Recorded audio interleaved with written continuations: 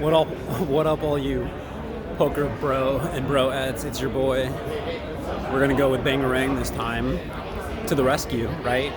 Finally, someone had the balls, the cojones, to put it in, at least with something. You know what I mean? I was like, all right, let's play something. So last I left off, it wasn't looking good. And don't get me wrong. I mean, from a more optimistic standpoint, you know,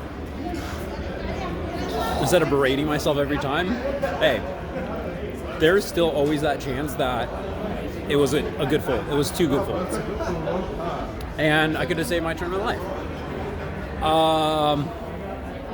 We'll just leave it at that for right now. Fast forward, round 3, you could call it day 3, you know, hours 4 through 6. What happened? Well, let's see here.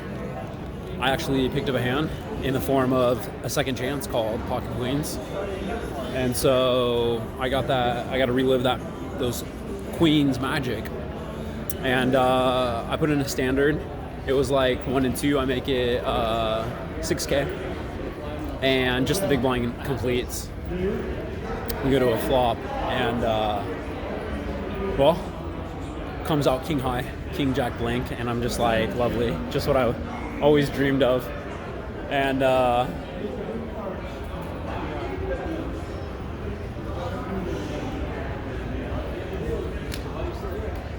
my God, Corey, did you win? Fuck you! Did you win the Fuck you! Did you win the tournament? I certainly did not. Okay, so pocket queens, king high, he checks. I actually go for a gimpy bet of 2. He was so confused. He was like, "Oh, I check," and I was like, "Yeah, I know. That's the only reason why you get this gimpy 2 bet, right?" And he calls. Turn is like a diamond, maybe like a 10 diamond. So it's getting a little straighty. It's getting a little flushy out there. But the good news is, I'm the one with the straight draw. I'm the one with that backdoor queen flush high. Flush draw, and I still have technically second pair. So I go ahead, he checks, which is great, and then I make it 4. He slides them in. So pick up like a nice pot just to kind of feel alive again, you know, just so everyone knew that like there wasn't a ghost sitting at that seat, you know. So thankfully, bang bang, know your name, want to know your name, man. So, felt good. Felt like a sigh of relief, I'll tell you, to take a pot down.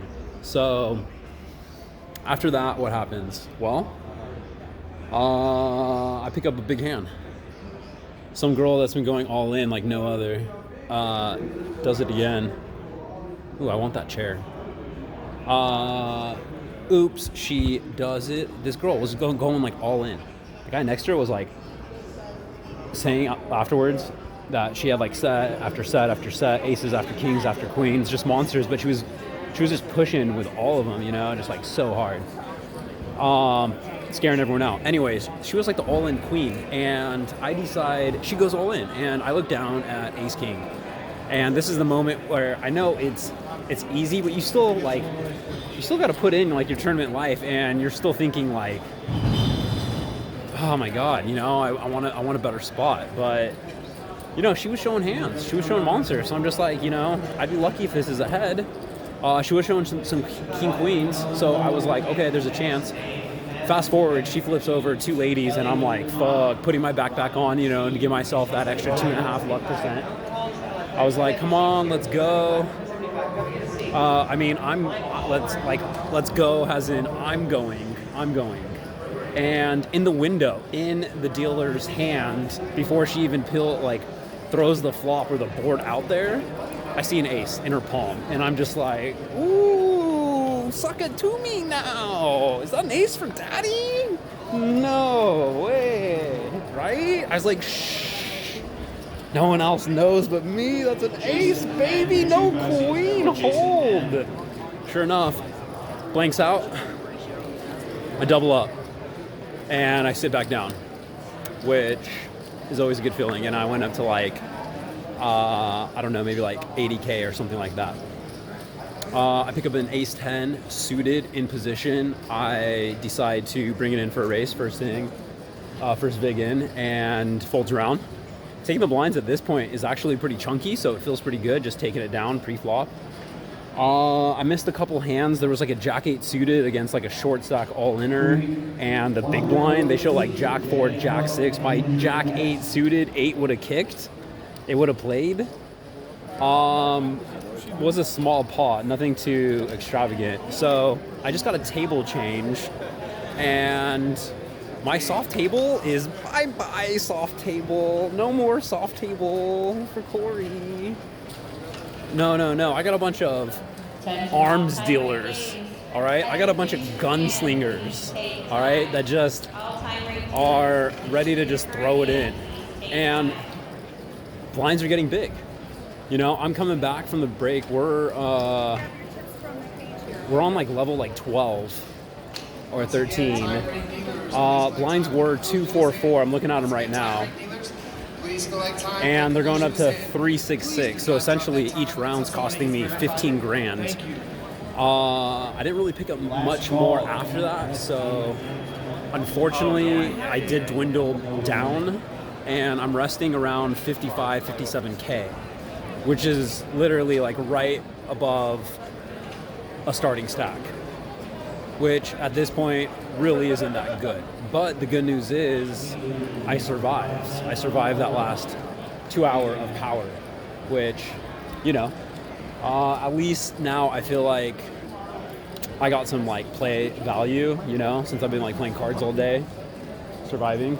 But the truth is, if we go up to 3 right now, 15 around, I'm looking at an M of just under 4. Under 5, red zone, dead zone, baby. So literally it's all in shove.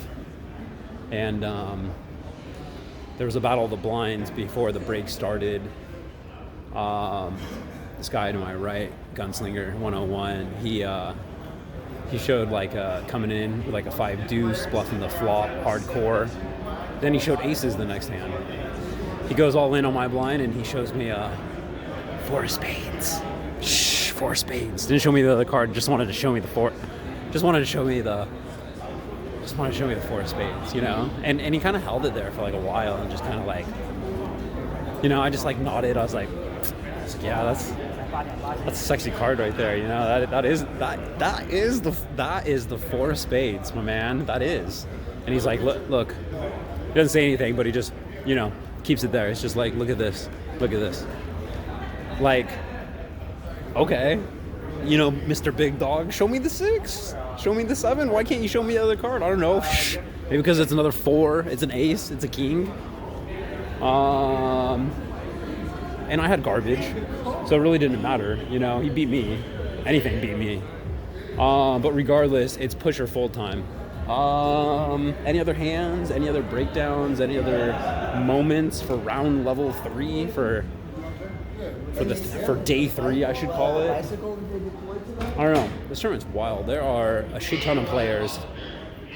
I like to say everyone and their mom, dad, brother, uncle, sister, you know, and then their cousins are all here to play with big ol' C money. You know, everyone wants to get a piece of me. I've never seen this. You see this? Is that not wild and crazy? Have you ever seen this? So I saw so far like one pro just won like a big tournament. Dan Smith, they just brought him up on stage and congratulated him. I did see like Jack Ethel or whatever the hell his name is, who like runs this game, and I've only seen him on TV, so it's kind of surreal when he walks by my table. And then if I'm playing as good as my hair looks, we're all in for a treat, you know what I'm saying? And then I saw the Frenchman. I can't think of his name, but I remember back in the day I saw him at the WPT, I think at the Bike Casino, playing for, you know, like a shit ton of money. And I guess he's in like some 25K high roller. So it's always really cool to see like some of the old school big dogs still around. making it happen. There's some other events going on. There was a qualifier for like $600 to get into like a $5,000 high roller qualifier to get into, I think, the 25K, which would just be gnarly to think about, going from like $5 to $25,000 tournament. There's a couple other tournaments going on right now.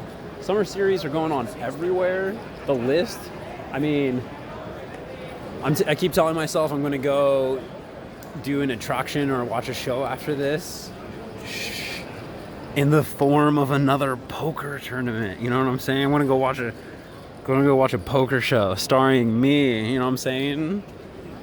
Anyways, just killing time before this break ends. Oh yeah, so Vegas, it is tough to find some healthy food.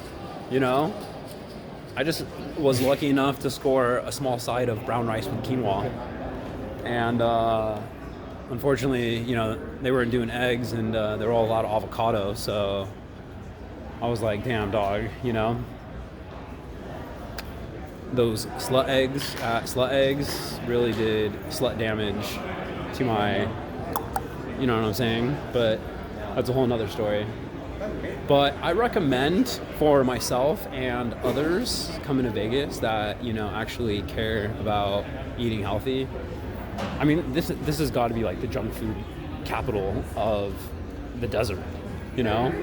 You can spin me around, you know, push me in any direction, and a sweet tooth is only a few steps away.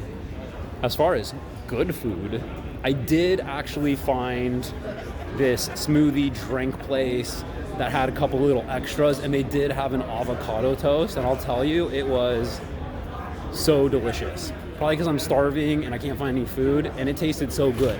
The problem is, it was literally one piece of grain bread with a slither of avocado, just a little, just enough to wet the beak, you know, just enough to cover the bread, you know, and that was like $12 or $13, you know. I was like, oh shit, you know, this doesn't come with like 3 wishes. I don't get 3 wishes with this avocado toast.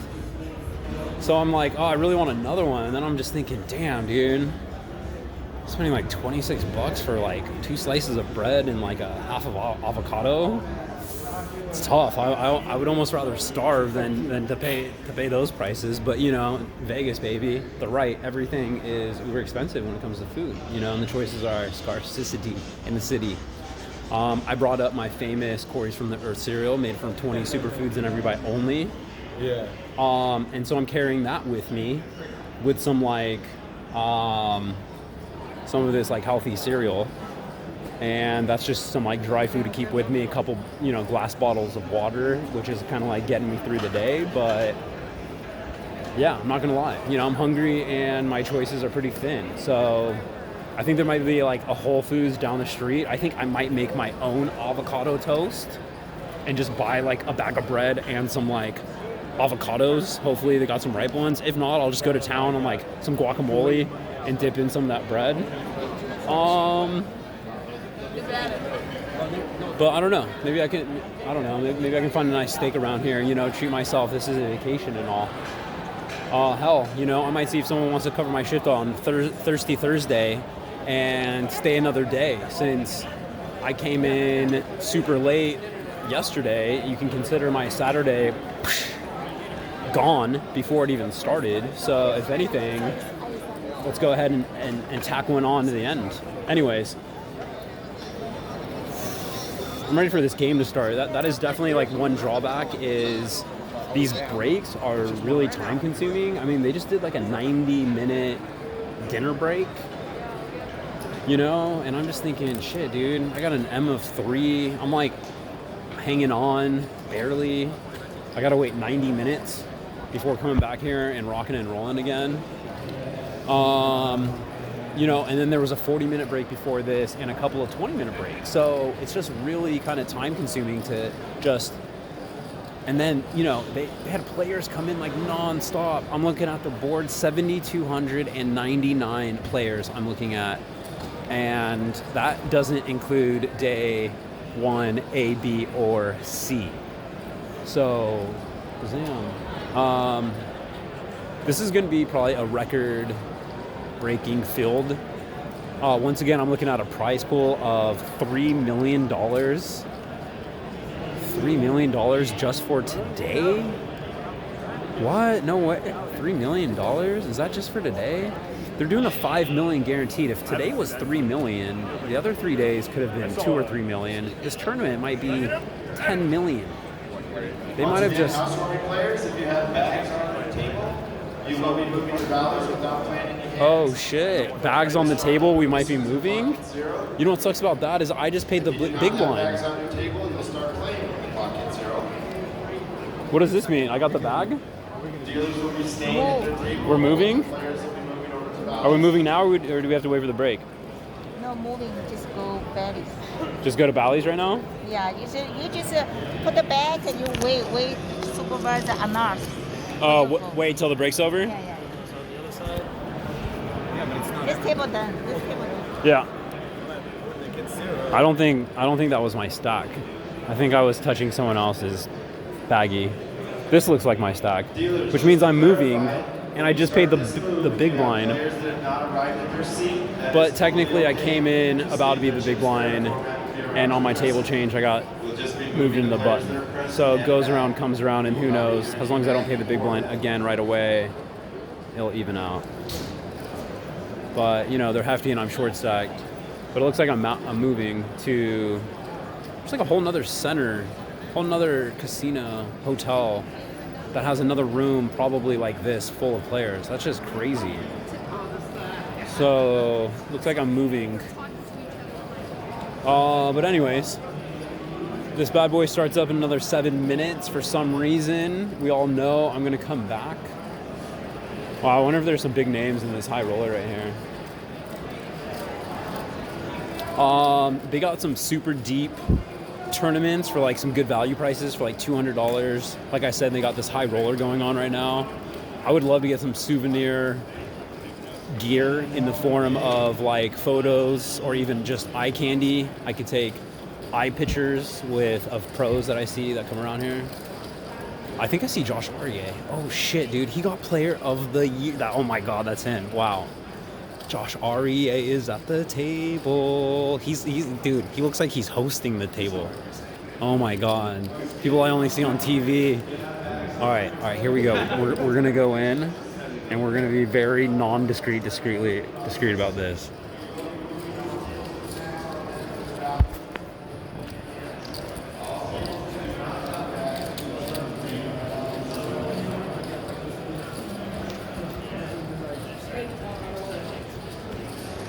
Super discreet. No, oh my god, there's another pro, right, dude? That's Freddy D is here, dude. Freddy D. Freddy D, baby. Lot of pro. Wow, I'm just seeing a ton of players. I should probably not even be in here because I'm probably just bothering them. But you know, it's a real treat to see. Oh my god, Phil. Fuck, dude, Phil Ivey. I think I just walked by Phil Ivey. Oh my god, dude, that is insane.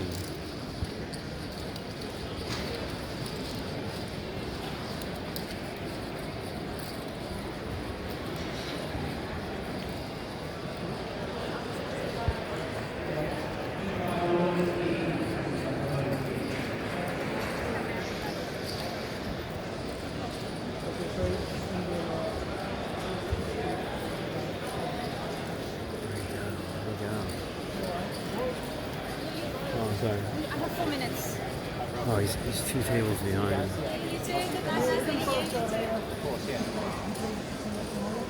Maybe perfect back days. Definitely.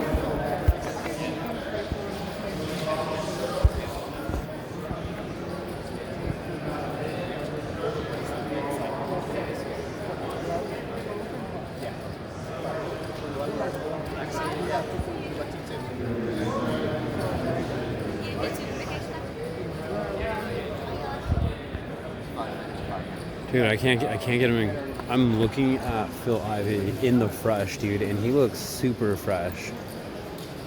He's all like out of the TV box fresh. This is crazy, dude. I would not want to beat, dude. He looks hardcore, man, dude. He looks hardcore. Dude, what a gangster. That is so awesome. Oh my God. Yeah, there are, all the big names are here. Phil Ivey, Freddy D, dude. Josh Aryeh. These guys are battling it out, I think, in the 25K. That is crazy. Dude. Anyways, all right. Back to reality. And hopefully you don't hear from me too soon. Either way, I got one more video coming up on deck, which is going to be either my conclusion or my next break. So, TBA, baby doll. TBA. Peace out. Once again, housewarming.